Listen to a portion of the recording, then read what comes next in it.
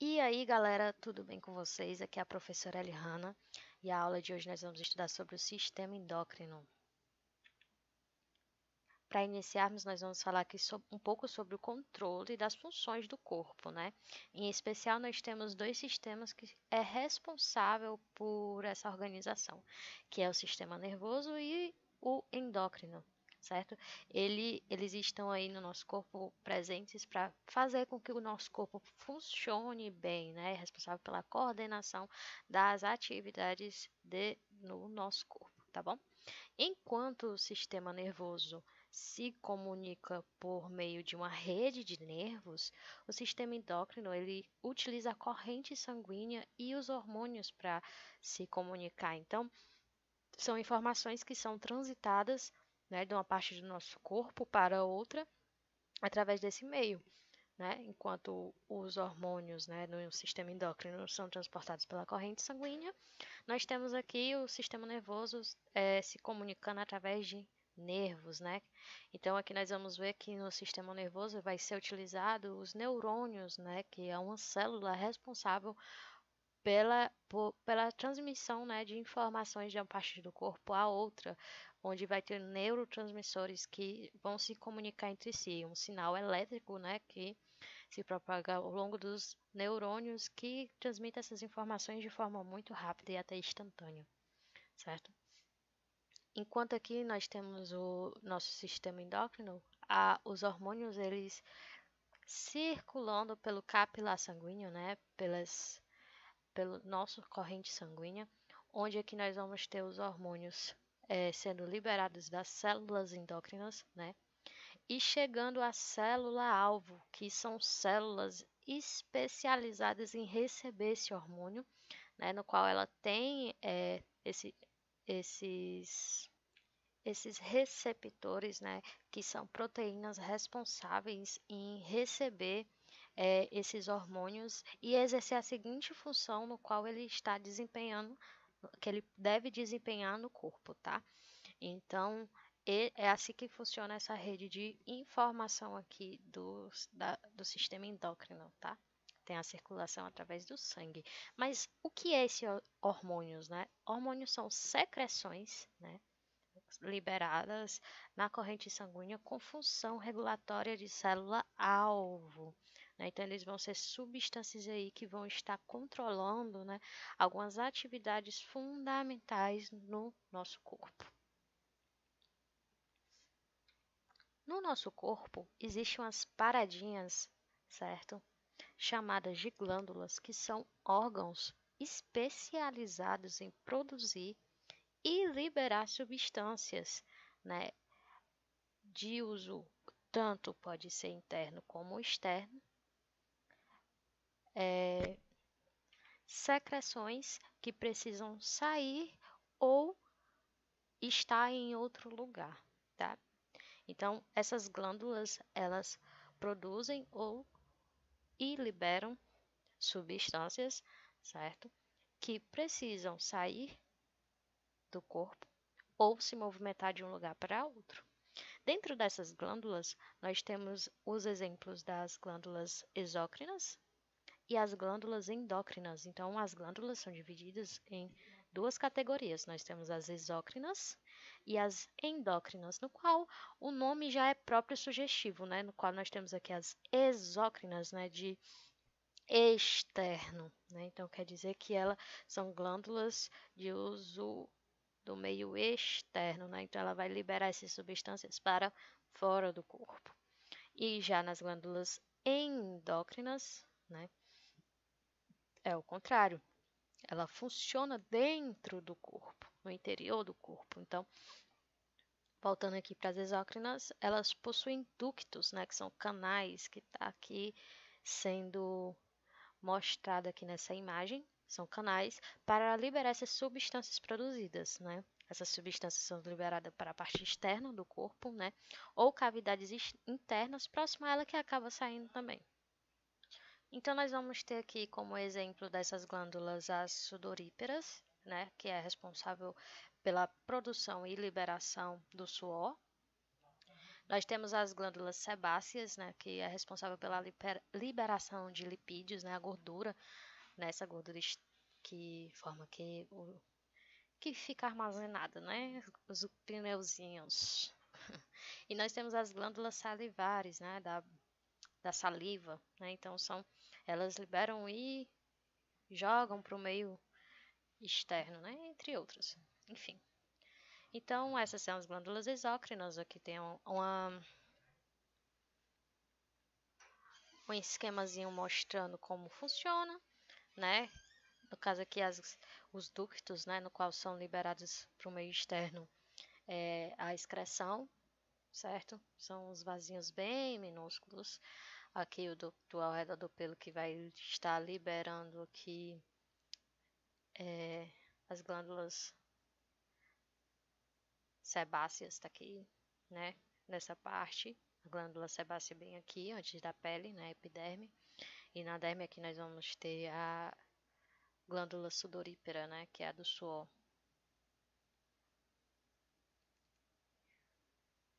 Deixa eu voltar aqui.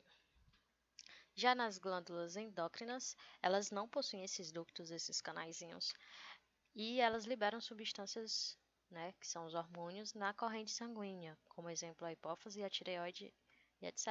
Que é o tema da aula de hoje, né, a sistema endócrino. Então, o sistema endócrino ele vai estar aqui utilizando essas glândulas endócrinas, né, que realizam essa função de transportar, de produzir, de liberar esses hormônios, certo? Então, aqui a hipófise e a tireoide, que estão sendo citadas aqui, elas que vão produzir e liberar esses hormônios, tá bom? Sobre o sistema endócrino, além das glândulas endócrinas, que eu já falei para vocês, formam esse sistema, tem outros órgãos também que fazem parte, né, da produção desses hormônios. Então, nós vamos ter aqui os órgãos do sistema endócrino, por exemplo, a glândula suprarrenal, glândula pituitária, glândula pineal, o testículo, o ovário, o pâncreas, a tireoide e o timo, né? Eles produzem um hormônio que é liberado na corrente sanguínea e atua em célula-alvo, às vezes distante, que exibem reações em resposta ao hormônio. Isso quer dizer que essa transação do hormônio dentro da corrente sanguínea, às vezes ela tem uma reação imediata e às vezes ela demora mais um pouco para aparecer, né, mostrar a reação ao hormônio. Vou mostrar aqui para vocês agora cada glândula que é responsável pela produção desses hormônios de forma individual.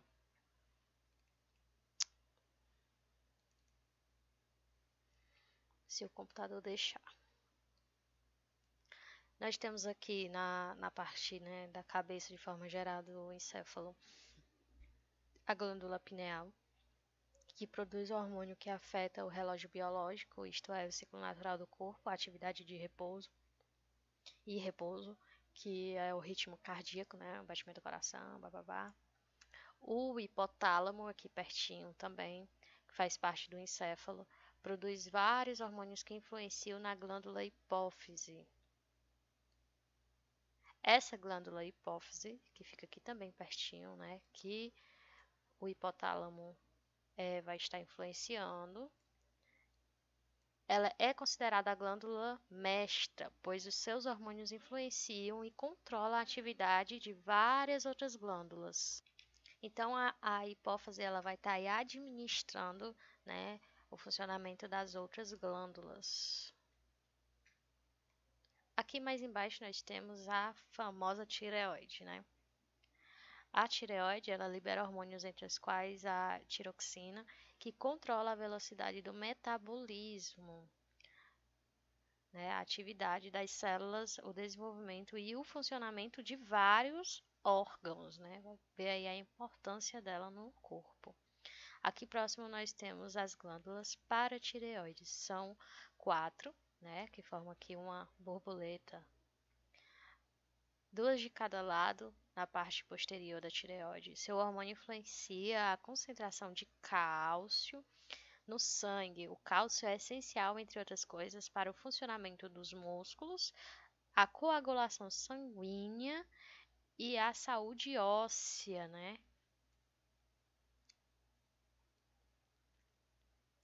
Bem aqui em cima dos rins, nós temos as glândulas suprarrenais, que produzem vários hormônios, entre eles os quais a adrenalina, que é liberada em situações de medo, tensão e estresse, né? Que nos leva a loucuras. Aqui entre elas nós temos o pâncreas, que produz, entre outros, o glucagon e a insulina, que atuam na manutenção da concentração normal de glicose no sangue, né? E nós temos os hormônios, as glândulas, né, responsáveis pelos hormônios masculinos e femininos. Aqui no feminino da mulher, né, tem os ovários, ou gônadas femininas, né, que produzem a progesterona e um conjunto de hormônios chamados estrogênios, que são os hormônios responsáveis sexuais femininos, né, que dão as características femininas a uma mulher.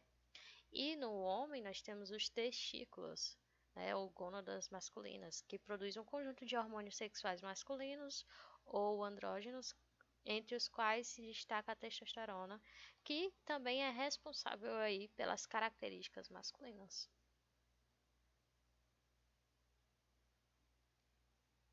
Eu estava falando mais cedo para vocês que existem hormônios, né, que têm funções mais rápidas, né, que o hormônio ele atinge a célula-alvo mais rápido e outros mais demorados, né? Aí aqui no slide vai estar citando a adrenalina como o de resposta instantânea, né? Que é o reflexo, né? Por exemplo, você tem a resposta aqui imediata do corpo a certas situações, certo?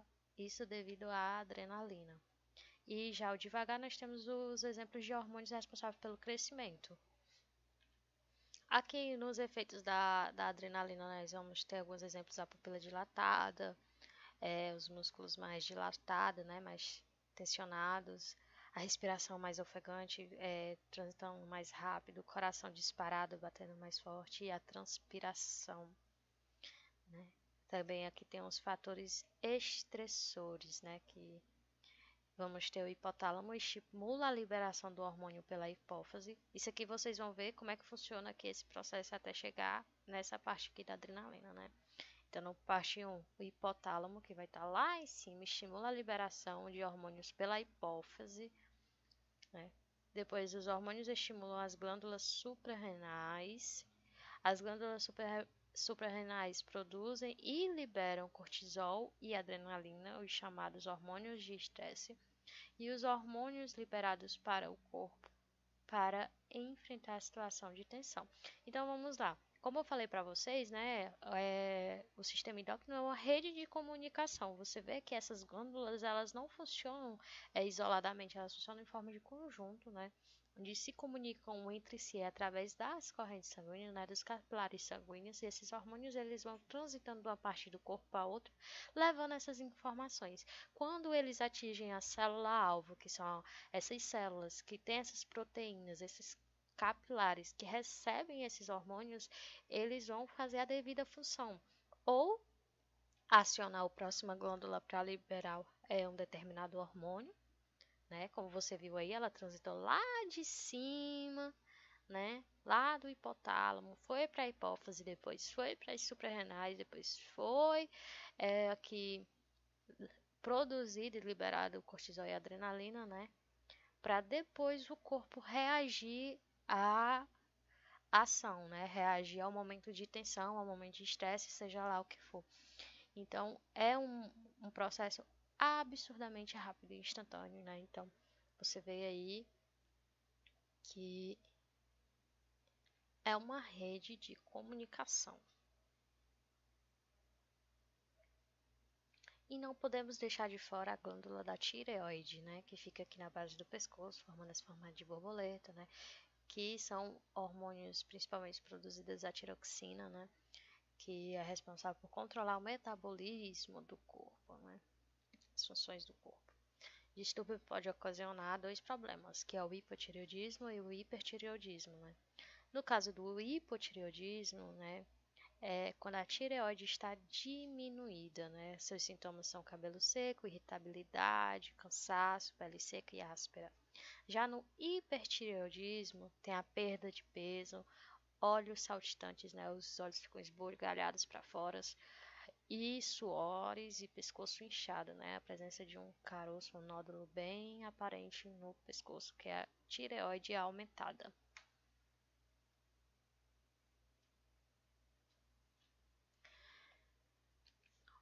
O hipotireoidismo ele pode ser consequência de distúrbios da própria glândula ou falta de nutriente mineral e iodo na dieta, né? Quando foi descoberto esse problema, né, foi acrescentado o iodo no sal de cozinha para que as pessoas pudessem consumir de forma mais comum, né, com maior frequência esse nutriente, né, para que evitar esse tipo de problema. Então, o sal de cozinha ele vai estar evitando, né, esses problemas, devido ele essencialmente não tem essa substância, né, mas aí eles já agregam juntamente com o sal para evitar esse tipo de problema. Ou a intensa atividade da glândula também, né, resulta no seu aumento, ocasionando o bócio. O bócio pode ser ocasionado pelo hipo e pelo hipertireoidismo, né? Pelos dois casos, pois é decorrência da intensa atividade da tireoide. Então, os dois podem ocasionar o inchaço, né, no pescoço. Entrando aqui no assunto sobre o pâncreas, né? Ele controla a glicose no sangue. A glicose é um carboidrato obtido de alguns alimentos. Após a ingestão de carboidratos, a glicose entra na corrente sanguínea e no fígado é convertida em glicogênio e é armazenada. No caso, a glicose é um tipo de açúcar, né, que a gente, na nossa alimentação, a gente está constantemente consumindo. Quando nós ingerimos esse açúcar, essa glicose, né, que é um tipo de carboidrato, ela entra na corrente sanguínea e no fígado ela é convertida, né, ela é transformada em glicogênio, que é uma forma de armazenar a glicose sem utilizá-la. O glicogênio é convertido em glicose quando o corpo precisa. Então, a glicose ela é armazenada no corpo para não ser consumida, mas quando o nosso corpo sente a necessidade de usar a glicose, precisa da glicose, então esse glicogênio é desconvertido, né, e volta a ser a glicose, né, para ser consumido pelo corpo. A hipoglicemia é uma doença, né, quando tem ausência de glicose no organismo. Então, vai ter alguns sintomas como soa intenso, palidez, irritabilidade, fome excessiva, falta de concentração, sonolência. E a hiperglicemia, né, é uma quantidade excessiva, com os sintomas de boca seca, aumento da sede, visão embaçada, urina frequente, fraqueza e dor de cabeça.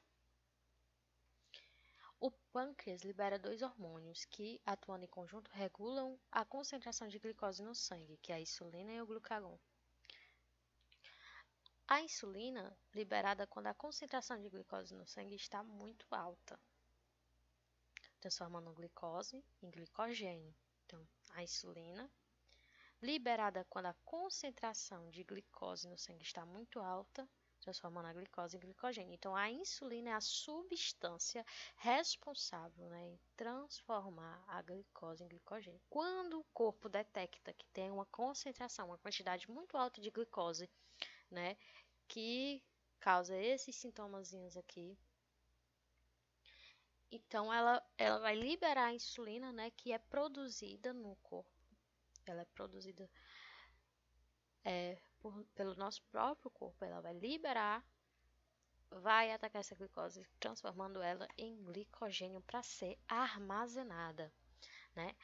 E o glucagon produzido quando a concentração de glicose está baixa, convertendo o glicogênio em glicose. Então, a glicose, primeiramente, ela é transformada em glicogênio através da insulina. E quando o corpo, né, começa a sentir esses sintomas, aí a glicose, vê que a glicose está baixa, ela vai converte o glicogênio, que era glicose armazenada, e desconverte elas de novo para ela se transformar em glicose. Vamos falar aqui de forma mais esquematizada, né? Nós temos a glicose que nós consumimos no corpo. Quando nós consumimos, né, parte dela é armazenada na forma de glicogênio, que vai ser armazenada no fígado, né? Quando o corpo precisa de glicose, está com a glicemia baixa, com pouca quantidade de glicose no sangue e precisa dessa glicose, né? Então o fígado vai lá, quebra o glicogênio e libera a glicose com a ajuda do glucagon, certo? Esses dois hormônios, né? A insulina e o glucagon, eles estão no pâncreas e eles são responsáveis, né, por transformar a glicose em glicogênio ou o glicogênio em glicose, tá? Não confundam. Os dois hormônios são liberados e produzidos no pâncreas, certo? Que é a insulina e o glucagon, que são responsáveis em controlar a concentração de glicose no sangue quando está muito alta. Ela transforma a glicose em glicogênio. Quando está muito baixa, ela converte o glicogênio em glicose. Tudo isso no fígado. Aqui tem um esquema, vocês pausam, dão uma olhadinha aí para não estender tanto mais a aula, mas é o que eu acabei de falar, tá? De forma mais esquematizada. Dentro desses problemas, nós vamos ter, né, possíveis doenças causadas por distúrbios, né, desses hormônios aí, que são a diabetes. Na diabetes tipo 1, se origina quando as defesas do organismo atacam as células produtoras de insulina no pâncreas. Na diabetes tipo 2, é a insuficiência de insulina ou falta de respostas teciduais a ela. Por isso tem a insulina, né, que é dado para os diabéticos quando o corpo ele não produz insulina suficiente para controlar essa função no corpo. Então, o diabético ele vai estar ali sempre tomando as doses de insulinas necessárias para o bom funcionamento no corpo dele, tá? E a diabetes gestacional é quando a mulher está gestante, né, grávida, tem uma alteração do organismo que não permite que ela produza ou use insulina necessária para o desenvolvimento embrionário. Então é isso, pessoal. Qualquer dúvida, procure o livro de vocês, lá tem todas essas informações com bastante ilustração, bem explicado. Ou procure o seu professor. Até a próxima aula. Cheiro e fui!